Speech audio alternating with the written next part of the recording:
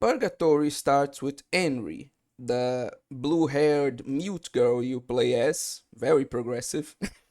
Anyway, falling down a bloody hole and literally struggling to get up. As she gets her bearing, I'll be real with you, nobody cares. Like, this game just works like every other RPG Maker horror game. You solve some puzzles, go from room to room, sometimes need to escape from one monster or the other. You can get some bad endings if you do things stupidly. Nothing interesting in that part of the game. So let's get to what's actually worth talking about. How did you get into this situation in the first place? What is the backstory? Well, Henry, as you can probably imagine, is a girl that generally keeps to herself. She's very smart, but she doesn't have many friends. Combining that with her pleasant appearance as well as her polite attitude and just general niceness, and yeah, she's pretty much just the perfect target for a bully. And so that's what happened. Some black haired chick who I don't even remember the name of, she's so unimportant. But anyway, she essentially bullies Henry and forces her to like do her chores or do as she says, all while having these haha so cute attitude in order to try to fool people into thinking she's a good person when she's actually just a piece of shit trying to manipulate others. Very envious too, clearly very insecure. But anyway, the point is, she plans to go to an abandoned facility which is rumored to be infested with monsters. Of course, she doesn't believe any of this, but she is going essentially to try to seduce two boys she's interested in. These boys, however, don't want to go only with a group of three people. They want to go with four people. And at least one of them wants the fourth person specifically to be another girl. And so the bully has the bright idea to take Henry with them and to essentially make her go in front of them and to engage in all the dangerous activities or potentially dangerous activities that may need to be performed at this facility just so the other three can be safe and so that she can again safely seduce these two boys she is interested in, while poor Henry gets tasked with dealing with the brunt of the problem. Unfortunately for her, karma is a real bitch. As the monster doesn't come from the front, it comes from behind and slaughters both her, well, not really, as we'll see in the other game, but presumably slaughters her and one of the boys she's interested in. The other boy, however, has something at least resembling a heart, or at least we think he does. He is actually one of the main villains, as we'll also find out later. I'll be honest, I'm just reviewing this game because I want an excuse to play the sequel because I really like the sequel. I'm not really too into this game, but I kind of have to in order to talk about that, so it makes sense. Anyway, point is that in order to save Henry, he pushes her down a hole in order for the monster that just presumably slaughtered the two other people to not be able to get to her. And that's the backstory that explains that, like, action start of the game, essentially.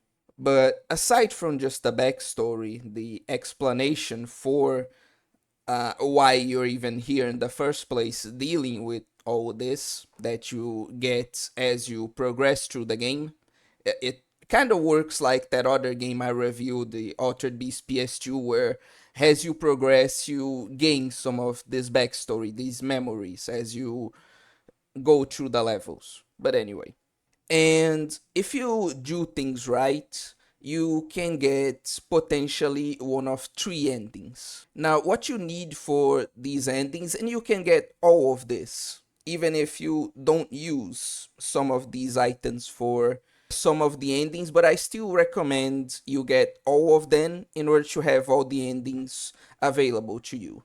The first thing you need is these codes gathered throughout the game of like four numbers, right? And three of them you can get pretty easily. You just progress through the game and you check like papers on the ground and you get it. It's not that difficult. But one of them is hidden behind a pretty evil puzzle.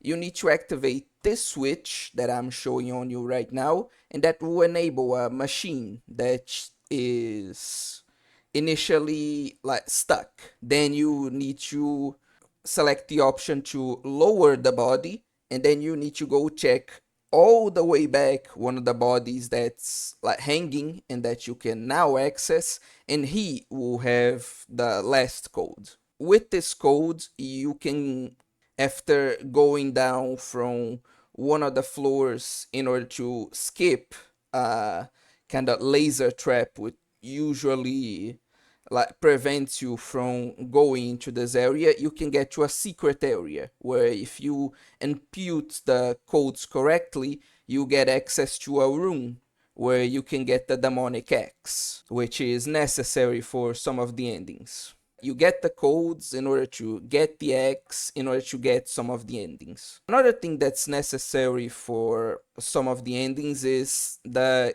key, a mysterious key that you can only get if you do this very, very hard challenge of somehow backtracking the way you came during the second chase scene specifically with the giant Jason guy, right? And oh god, did I have to repeat that section so many times. I don't even want to talk about it. It is not even the last time you have to do this in order to get an ending in this game. It's so annoying. But anyway, the point is, if you backtrack the way you came, doing the chase sequence instead of going forward, you automatically get the mysterious key. So what are these endings specifically? Well, if you, while in possession of all these items, or even without any of them, just go through the game normally and try to exit the facility, then the monster will corner you the same way that he did with your friends at the beginning, and you just die. If you go to the secret room where you get the demonic axe and use a key, like the mysterious key on a specific door, then you would just be able to exit the facility through the same like tunnel system that the monster uses essentially, and so be able to escape unscathed. However, the true ending of the game is the demonification ending, and the only one which will allow you to progress to the other section of the game. To do this ending, you essentially need to get to the same spot you would have gotten normally with the demonic axe, but instead of simply escaping, you need to go through the spider trial by using the demonic axe in order to access the spider's den area. If you complete the very annoying puzzle there and are able to clear the last chase sequence of the game, that will allow you to exit the facility with the demonic axe, which is normally not possible. And after clearing the trial, the demonic axe will finally accept you as its new master and give you the power to defeat the monsters instead of having to run away from them, which leads to Henry literally doing like that badass anime move in order to cut down the monster that gave her so much trouble, ending with this really badass picture. After that, the game progresses into a sort of epilogue, sort of setup for not even the second game, but the third game, where we play as. What the fuck? Dude, that's literally just me. This guy even has my name in real life. Like, the author can't do this. He can't just put me in the game without permission and make money off of my image. The bastard. I'm going to sue him. You motherfucker. I'll find. But anyway, that like a whole stupid rant aside, uh, the point is that in a rather abrupt cut after the demonification ending, you play as Will Elfie, which is the little brother of Abel Elfie, which is the protagonist of the second game. And essentially, he is the quintessential fanboy. He's short, he has very long hair, and all the guys are into him, and none of the girls, which greatly upsets him. And that sets up the whole like point of this story, which is that initially he wants to get out of the house in order to cut his hair in order to like get a cool appearance that will be a success with the girls. Like, don't do it, bro. It won't work. You can have the coolest hair in the world. Trust me, no girl wants a 4'11" midget like you. I'm sorry.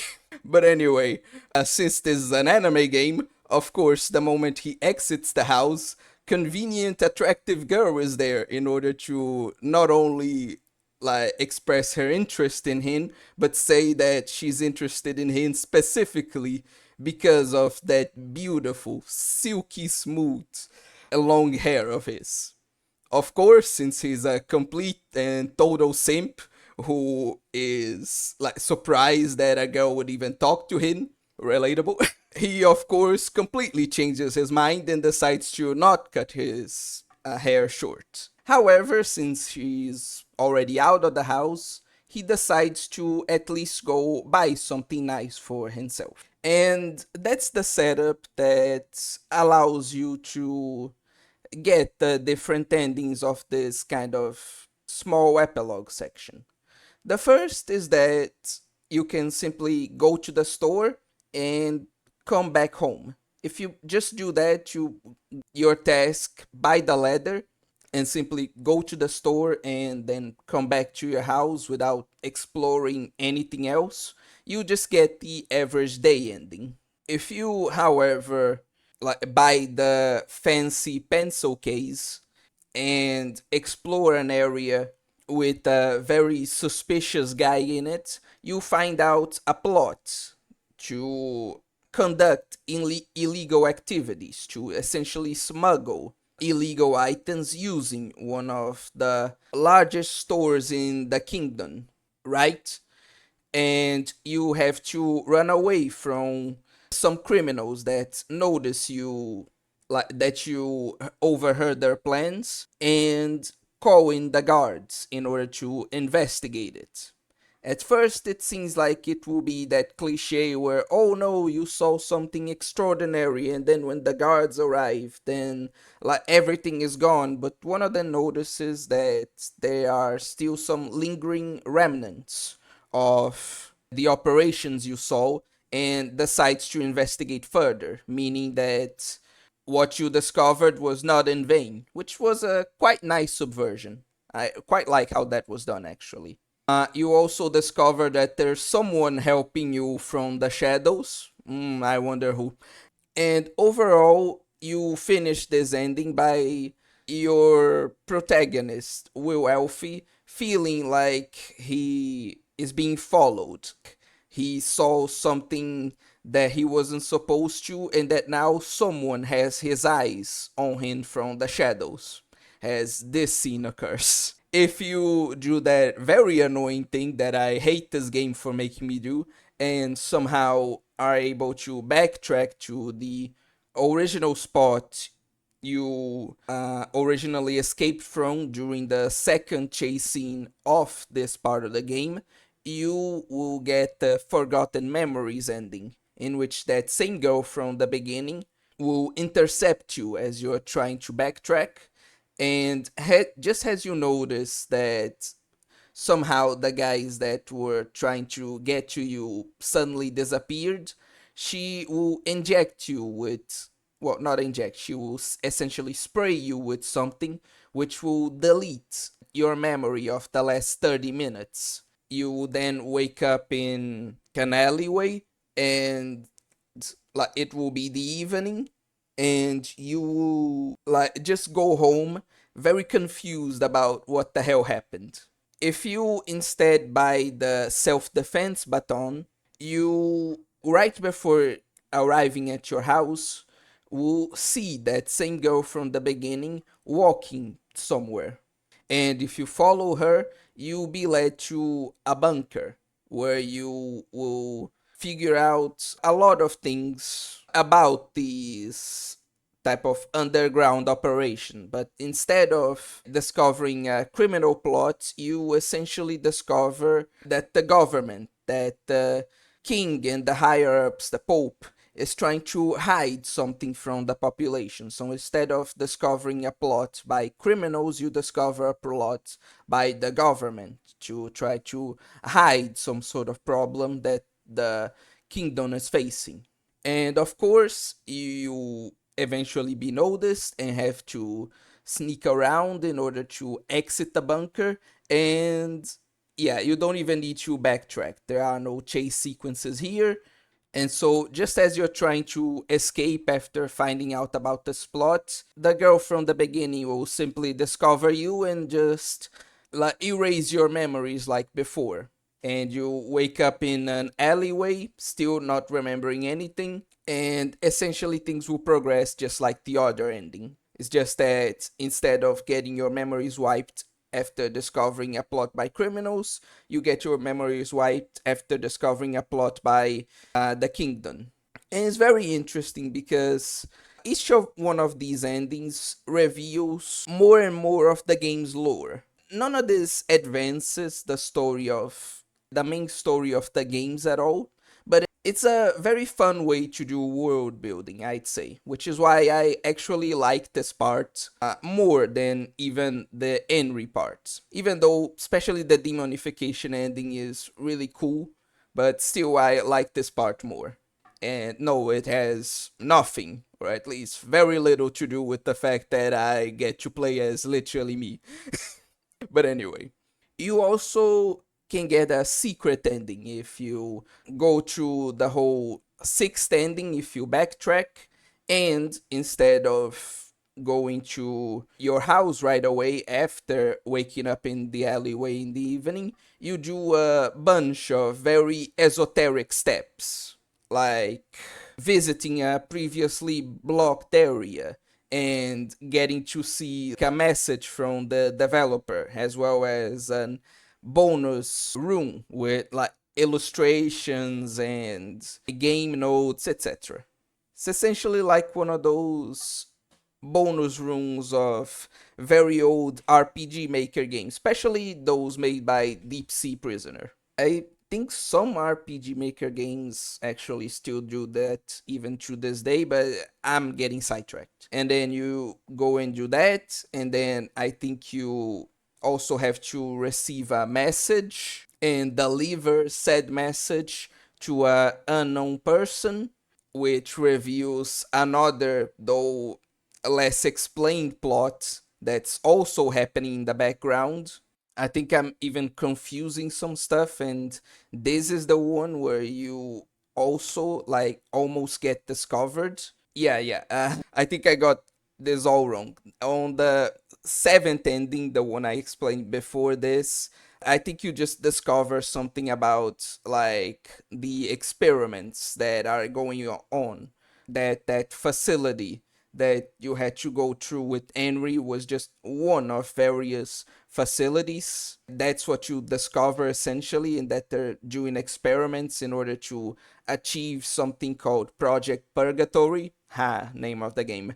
And yeah, that's what happens in that ending. And on this one is where you discover the plot by the government. Yeah, and the secret ending is where you discover the plot by the government going to the bunker and have to escape, etc. Sorry, I got some things mixed up. But anyway, yeah, after doing all that stuff, when you return home, your protagonist will be very confused, not only due to the normal reasons of him not remembering stuff despite having a pretty good memory, at least by his account. He thinks he has a pretty good memory, so he's confused about that. And why exactly he did all this esoteric shit. Go into a bunker and listen to a conversation between the guards and like delivering a mysterious note to some random person. He is really confused about why he did all that. A very subtle fourth wall break and like questioning weird game logic. You also get a very strange image in your head. You're sort of remembering some kind of monster, even though you don't see any monsters really throughout this section of the game. So this hints that maybe there's something else to this protagonist, something that not only does he not remember, but that we have not yet seen about him, or that maybe we'll discover in one of the next games, I guess. And then the game properly like ends there.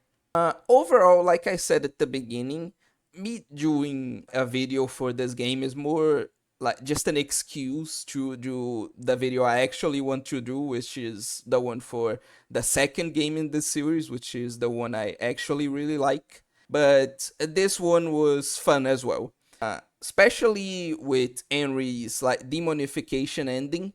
Despite how annoying getting to that ending can be, it is a very satisfying the conclusion.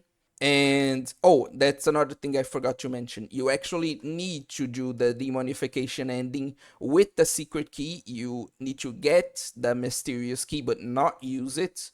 You need to finish the demonification ending with it in your inventory in order to allow you to get the secret ending in the first place. Yeah.